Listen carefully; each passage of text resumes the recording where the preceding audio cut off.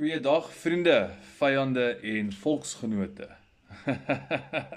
Veral aan die vyande, jy weet daar's altyd 'n troll of twee wat 'n klomp slim dinge het om te sê. Wel, dalk dink hulle ek het 'n paar slim dinge om te sê ook. Ekskuus vir die hare, dis hoedhare, ons is 'n bietjie gewerskaf vandag. So 'n bietjie Afrikaanse video, vir al my mede-volksgenote. So, dis my interessant die social media gons oor Devin Hofmeyer wat bietjie gaan kuier het daar by Zuma. Apparently het hulle vir hom die kaartjie betaal. So hy het ek dink agter die gratis ete aangegaan. Okay. Maar op 'n ernstige noot, ek dink dis die ironie van ons volk. Ons is so besig met allerhande ander snert.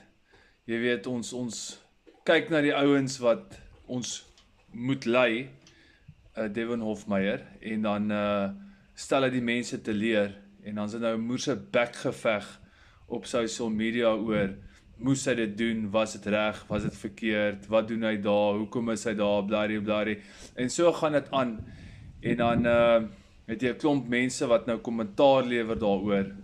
Steve Hofmeyer se eie pa het kommentaar daaroor gelewer. Skalk van der Merwe, almal, selfs ek, lewer nou kommentaar daaroor, maar irrelevant nou of vir watse rede hy ook al daar was, wil ek vir julle sê, dit het baie te maak met ons politieke situasie in Suid-Afrika. Jy weet, ons is amper op verkiesingsdag, en ek neem aan, almal van julle het gaan kyk na vir wie jy actually wil stem. En dis verskriklik moeilik om te besluit vir wie jy moet stem. Veral vir myself, want om met julle baie eerlik te wees, ek dink nie regtig daar is een party in die land, en dit sluit in die Afrikaanse partye, die een wat supposed to be vir die laaste 30 jaar vir ons regte moet opstaan, lekker vet gevoerde Vryheidsfront Plus, wat al vir 30 jaar in die parlement sit, kyk hoe ons land uitmekaar uit donder en bliksem, lekker vet gevoer, en daar's geen verandering nie. Nou wil ek vandag vir julle sê dat dit is die politiek in die wêreld tans. Elke politikus in hierdie wêreld, en in Suid-Afrika veral, het 'n prys. Het Devin 'n prys gehad? Die prys was dalk 'n kaartjie gewees. En ek wil vir julle sê, ek is geskok om te sien dat ons mense, hulle tyd mors met hierdie waansinnige stront. Laat die laaitjie doen wat hy wil doen. As hy saam met die vyand en die barbaar wil gaan sit en eet, laat hy dit doen. Dis nie jou keuse nie, dis nie jou lewe nie. Maar al wat ek vir julle wil sê is dat ek, persoonlik, sal nooit in my lewe saam met so 'n barbaar, wat op 'n verhoog staan en skree, kill the farmer, kill the boer. Jy weet wat BEE in ons keelgatte afgedruk het. Ons mense in armoede ingedruk het, nou gaan eet hy saam met hulle. Lekker vetgevoede kaders van die ANC. So, dit is my opinie daaroor, hoekom hy gegaan het, dis maar sy saak, maar dis duidelik, hy is soos 'n voeltjie, bietjie daar, hy spring so bietjie rond, en dan's almal deur mekaar. So hou op met julle tyd te mors met die politiek, want geen politieke party gaan ons op die stage van die game actually ergens bring nie. Die realiteit is dat almal het 'n prys, en almal is voorbetaal, al baie lankal. Gaan kyk 'n bietjie, hulle het onlangs die finansies van die politieke partye vrygestel, waar hulle gewys het wie donasies gekry het van wie, en van waar af. En die enigste party wat eerlik was, lyk by oor, dit was die DA. Hulle het iets soos 125 miljoen rand in donasies ontvang, die laaste finansiële jaar. En dan die minste is die ANC en die EFF, maar ons weet hulle lieg daaroor, want hulle kry honderde miljoene rande in donasies elke jaar. So die statistiek wys dat die politiese partye in Suid-Afrika, ek weet nie hoeveel daar is nie, flip in iets soos 200 of 300 van die goeders, het almal gesamentlik die laaste finansiële jaar 300 miljoen rand ontvang in donasies. Nou vra ek vir jou, wat die donder het hulle met daai geld gemaak? Weet jy wat kan jy met 300 miljoen doen?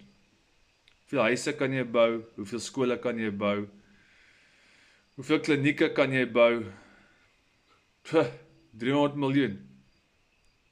En ons mense suffer nog steeds, die ekonomie suffer nog steeds, maar die ouens, die ryk gatte, die biljonêers wat die besluite maak, betaal hierdie politiese partye almal 'n geldjie elke jaar om vir hulle te kan sê, luister Chop, jy moet dit vir ons doen of dat vir ons doen. Dit is hoe die politiese stelsel werk. As jy dink dat die politikuste maak sekere van hierdie besluite, maak jy 'n baie groot fout.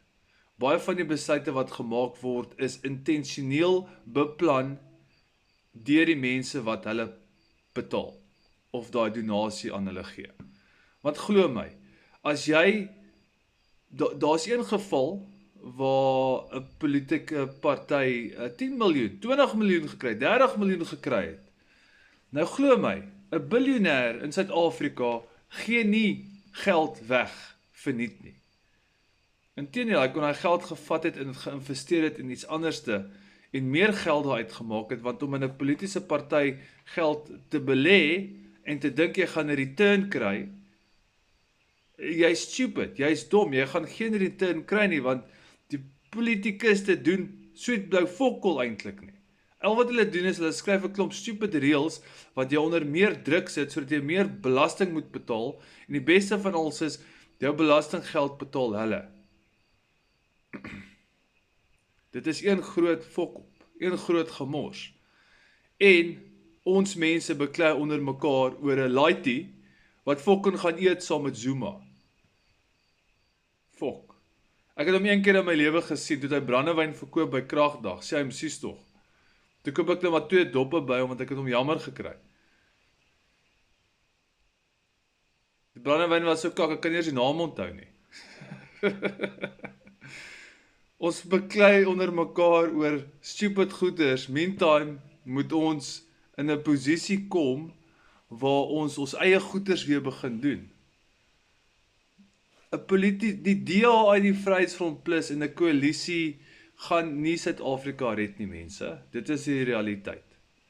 Al het jy nou die regte politieke party in beheer, met die regte geld nou, met die regte mense in beheer nou, gaan dit Suid-Afrika ten minste 10, 15, 20 jaar vat om weer terug te kom waar dit was.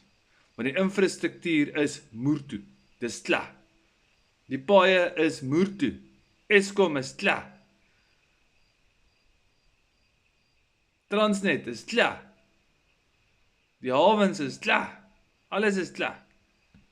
En jy kan dit net regmaak as jy regte mense op die regte plek met die regte geld het.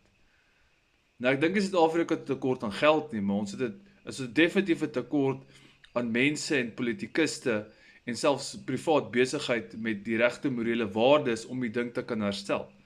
En om met julle baie eerlik te wees, as ek kyk na al hierdie politieke partye, dink ek nie daar is so 'n party wat ek sien bestaan nie. So wat is die pad vorentoe vir ons, vir al ons wit mense in Suid-Afrika? Moet ons nou met die Kaap afstig en dan moet almal nou maar soontoe trek, dan doen ons die tweede groot trek af Kaap toe. Nee, dit is nie die oplossing. Want dieselfde stelsel gaan hier geïmplementeer word en dan gaan ons dieselfde kak van voor af hê. So wat is die oplossing? Die oplossing is katonne, areas waar binne in ons mense operate, waar binne ons mense bly, waar hulle saamdrom, waar hulle self die ekonomie bou, waar hulle oor hulle self regeer en waar hulle self hulle toekoms bepaal. Vandaar af kan jy uitwerk in Suid-Afrika. Katonne reg oor Suid-Afrika. Klein nedersettings van wit mense reg oor Suid-Afrika. Maar jy sien, ons is 'n harde gat. Kom ons beklei bietjie, is die Devon reg of is hy nie? Kom ons beklei bietjie, is jy boer of is jy Afrikaans? Fok. Anyway, 'n lekker Afrikaanse weekie, liefde vir almal. Deel die video. Stuur hom vir jou vriend.